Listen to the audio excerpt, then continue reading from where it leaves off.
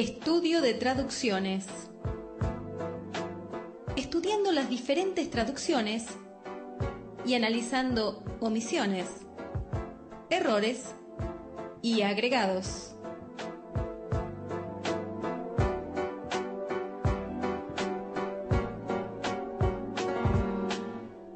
Así llegamos a nuestro estudio de traducciones. Es importante estudiar la escritura porque es nuestra única guía, es nuestra brújula. Sin ella podemos transformarnos en una secta de la noche a la mañana. Sin ella podemos confundirnos y terminar haciendo las peores atrocidades y aún creyendo que estamos honrando y sirviendo a Dios. Vamos a ver algunos pocos ejemplos hoy de algunos versículos o textos en el que hay cierta controversia. La última vez hemos quedado, creo que en Gálatas, Juque. Sí, Gálatas fue el último, sí. Vamos a 1 Corintios 10:28. Mas si alguien os dijere, esto fue sacrificado a los ídolos, no lo comáis, por causa de aquel que lo declaró y por motivos de conciencia, porque del Señor es la tierra y su plenitud. Bueno, esta última parte, porque del Señor es la tierra y su plenitud, está agregado. En los textos más antiguos, más fidedignos, más fieles, no figura esta última frase. Volvemos a repetir como siempre, ninguno de estos pequeños agregados u omisiones representan un cambio de doctrina importante. De hecho, no representa ningún cambio de doctrina.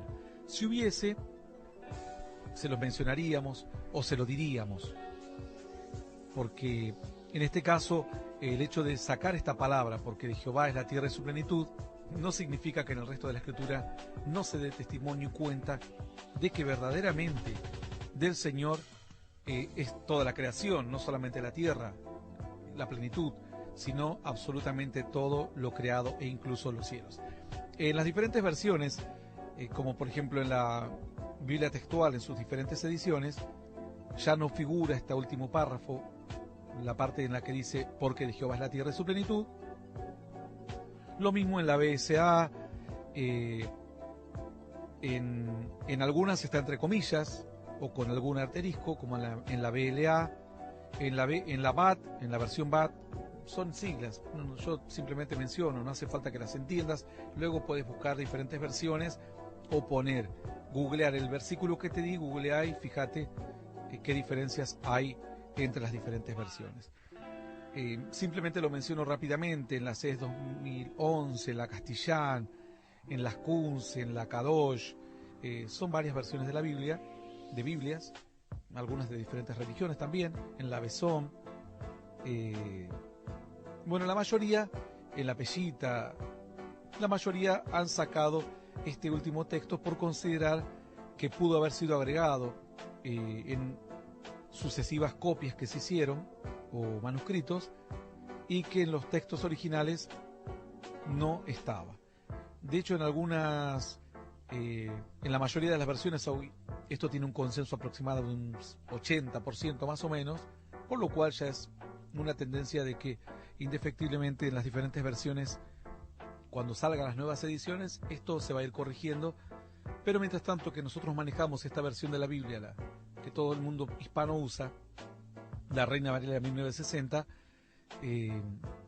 la podemos seguir usando, siempre teniendo en cuenta y siendo conscientes de estos textos. Igual cuando uno predica, cuando uno enseña, siempre va a otras versiones y ve si hay alguna diferencia, e incluso hay listados de los pequeños errores de las diferentes versiones, donde uno puede cotejar aquellos detalles. Por lo cual esta adición, esto ya ha sido quitado, este agregado, fue quitado de aproximadamente ya casi el 80% de las escrituras, por lo cual ya es algo totalmente aceptado por los diferentes autores y traductores. Traductores más bien, no autores, autores Dios. Vamos a 1 Corintios 6:20.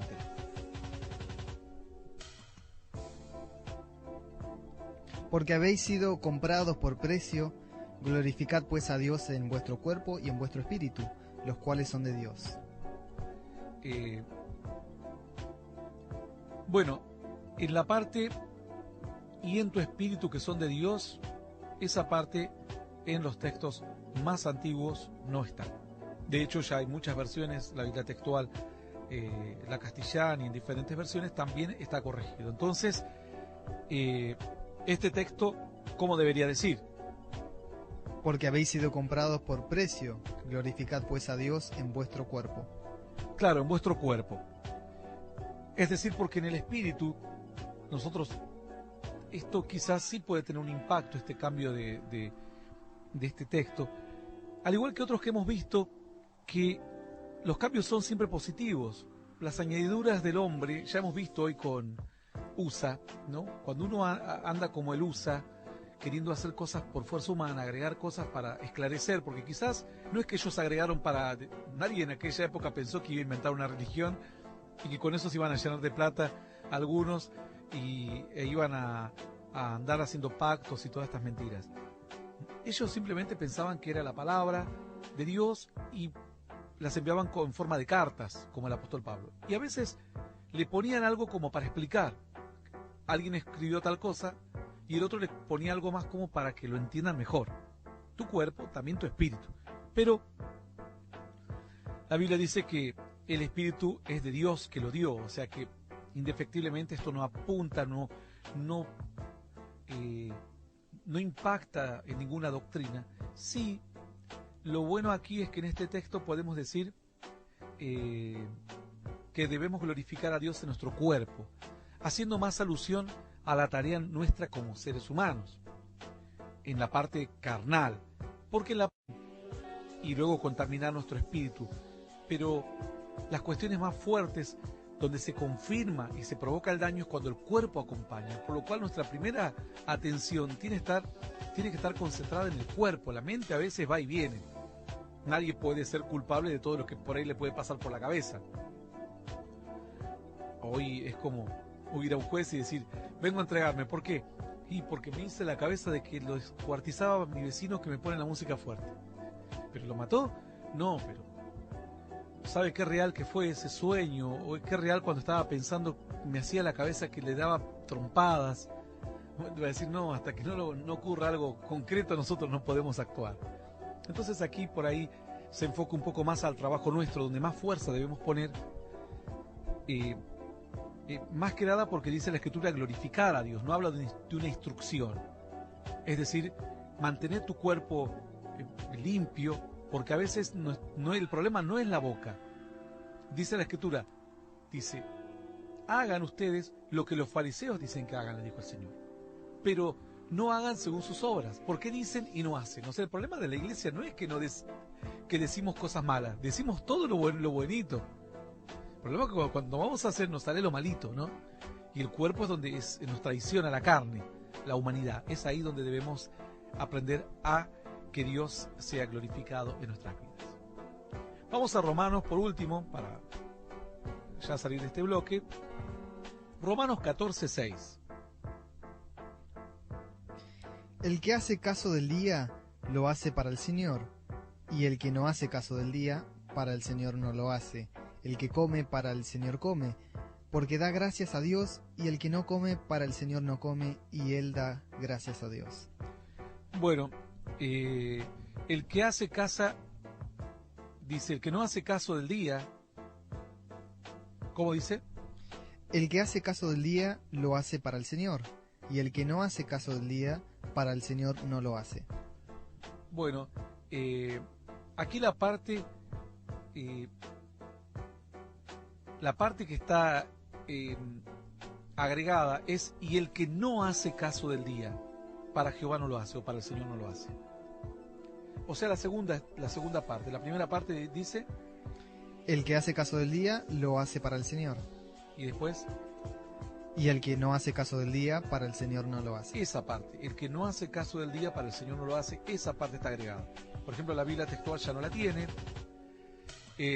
la castellana tampoco, la BCO sí lo tiene, esa parte. Vamos a ver que la Junce no lo tiene, la Kadosh no lo tiene, ya lo han corregido. La ANB también ha corregido esto. La Besón No, esa sí lo tiene.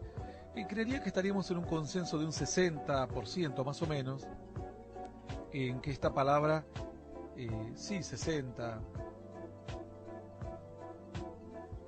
más o menos un 60%, 55, 60%, está corregido en varias versiones esta palabra. Esto no cambia en nada, porque dice, el que hace el caso del día, para el Señor lo hace.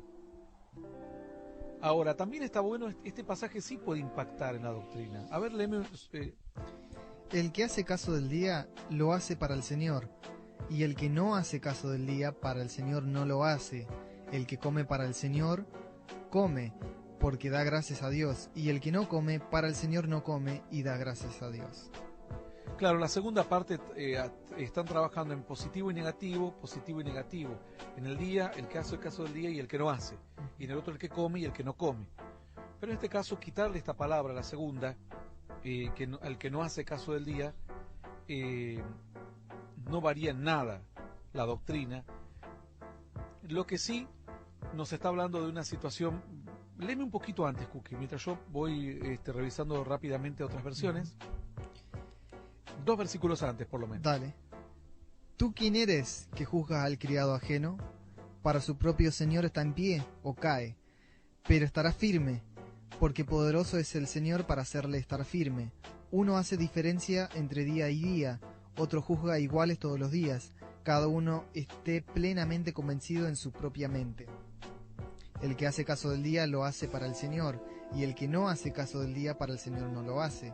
El que come, para el Señor come, porque da gracias a Dios, y el que no come, para el Señor no come, y da gracias a Dios, porque ninguno de nosotros vive para sí, y ninguno muere para sí.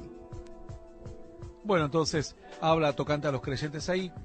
La parte que estaba viendo varias versiones, este versículo, como les dije antes, tiene aproximadamente un 65%, 60-65%, en que ya hay un consenso de que esto es una parte agregada. En los textos más antiguos esto no figura. Aquí quizás el que puede tener algo a favor, es decir, quizás aquellos que dicen que hay que guardar ciertos días, porque luego dice el que no hace caso del día, para el Señor no lo hace, es como que vos no haces algo negativo para Dios, o sea, dejar de hacer algo para Dios. También es rara la expresión, porque si vos no haces algo, decís que lo haces para Dios. ¿Cómo no haces algo para Dios? En este caso, ellos guardaban el día, y eso sí era una forma de honrar. Quizás la palabra más correcta hubiese sido, y el que escoge otro día para el Señor, el que escoge otro día u otra forma para el Señor lo hace. Pero en este caso, hacer negativo termina siendo complicado para el oyente, para el que lo estudia, y complicado para entender de qué forma yo doy a Dios por no hacer. Yo no salí a predicar por Dios, para Dios. El que no predica, para Dios no predica. Como raro.